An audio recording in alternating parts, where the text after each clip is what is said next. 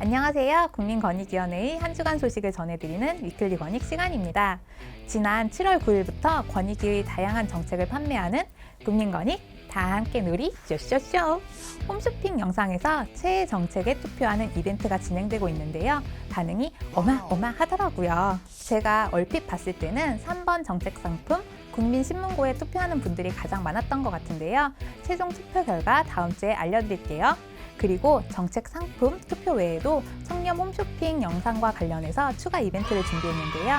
자세한 내용은 영상 마지막에 안내해 드릴 예정이니 영상 끝까지 봐주세요. 이미 다들 구독, 좋아요는 잘 해주시는 것 같지만 혹시 깜빡하신 분들 있으시면 영상 보시기 전에 구독, 좋아요 꼭 눌러주세요. 가족과 함께하는 즐거운 여름휴가 계획하셨나요?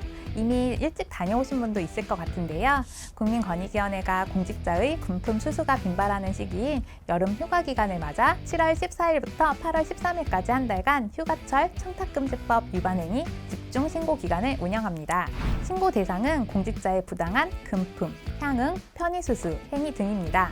청탁금지법상 공직자는 직무 관련 여부 및 명목에 관계없이 1회 100만 원을 초과하는 금품을 받거나 요구해서는 안 되고요. 직무와 관련이 있는 경우에는 일체의 금품 수수가 금지되는데요. 휴가 기간 숙박시설이나 골프장의 할인 혜택 대상이 아닌 공직자가 직무 관련자에게 회원가로 예약을 부탁해 할인을 받거나 숙소, 차량 등을 무상으로 대여받는 행위 등도 모두 신고 대상에 포함됩니다. 신고는 온라인 신고 창구인 청년포탈이나 방문 접수도 가능하고요.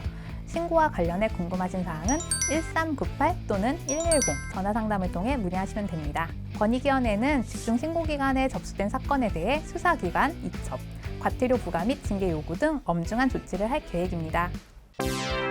작년 여름 부산 지하차도 침수로 인명피해가 있었던 안타까운 사건 기억하시나요? 부산 지하차도와 같은 사건은 아니더라도 여름 집중호우와 태풍 소식이 있을 때 지하차도가 침수돼서 도로가 통제됐다는 소식이 심심치 않게 들리는데요. 앞으로는 전국 지하차도의 침수 위험이 줄어들 전망입니다.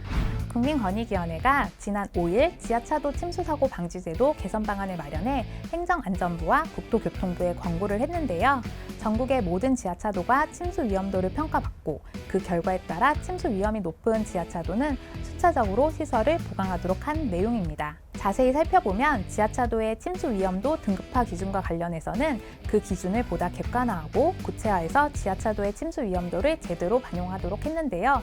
예를 들어 배수시설을 평가한다면 배수시설이 있는지 없는지 여부만 평가하는 것이 아니라 펌프가 몇 개나 있는지, 시설이 자동으로 작동하는지 등 실제 배수 기준을 구체적으로 평가하도록 했고요. 침수 위험 평가 대상에서 누락되었던 국토교통부 관할 지하차도 142개도 평가 대상에 포함되도록 했습니다.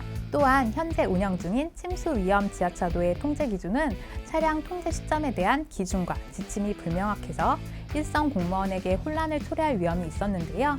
이를 개선하고 표준 안내서를 마련해 행정안전부에서 지자체로 배포하도록 했습니다.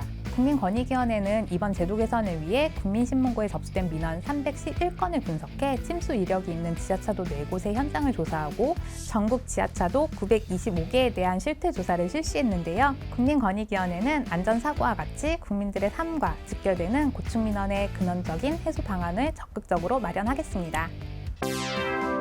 주변 어르신들이 디지털 기기의 이용을 어려워하는 경우를 종종 볼 수 있는데요.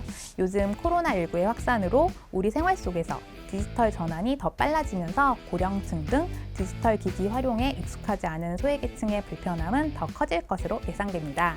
국민권익위원회는 디지털 소외계층의 권익보호에 조금이나마 도움을 드리기 위해 한국지능정보사회진흥원과 손잡고 디지털 소외계층을 대상으로 디지털 기기를 활용한 비대면, 민원상담 서비스 이용 방법 등 교육을 실시합니다. 그동안 국민권익위원회 이동신문고는 시골 장터나 다중 이용 시설로 직접 찾아가 현장에서 국민의 고충을 청취하고 각종 민원을 해소해 왔는데요. 이동신문고를 주로 이용하는 고령층 분들이 현장 상담 후에도 온라인으로 국민신문고 민원 서비스를 이용할 수 있도록 한국지능정보사회진흥원의 디지털 배움터 강사진이 현장에서 직접 교육을 해드립니다.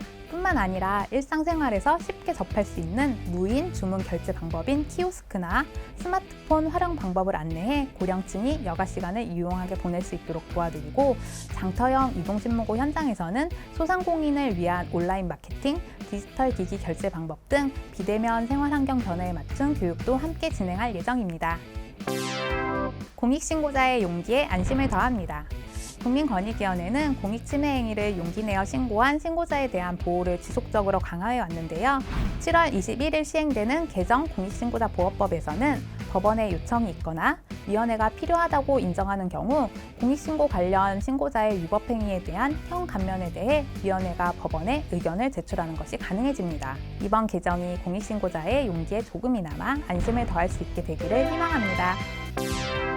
이번 주에도 국민권익위원회의 다양한 소식 전해드렸는데요. 더 많은 소식, 자세한 내용이 궁금하시면 국민권익위원회 페이스북, 트위터, 블로그 또는 누리집에서 배포되는 보도자료를 참고해주세요. 그럼 시작할 때 말씀드린 이번 주의 이벤트 궁금하셨죠? 지금부터 소개해드릴게요. 저희가 청렴 홈쇼핑 영상이 올라간 후 모니터를 하다가 아주 작은 오타를 하나 발견했는데요. 아마 여러분들도 다들 오타를 발견하셨을 것 같아요. 근데 모른 척 해주신 거죠? 감사드리고 사랑합니다. 감사하는 마음으로 오타 찾기 이벤트를 준비했는데요.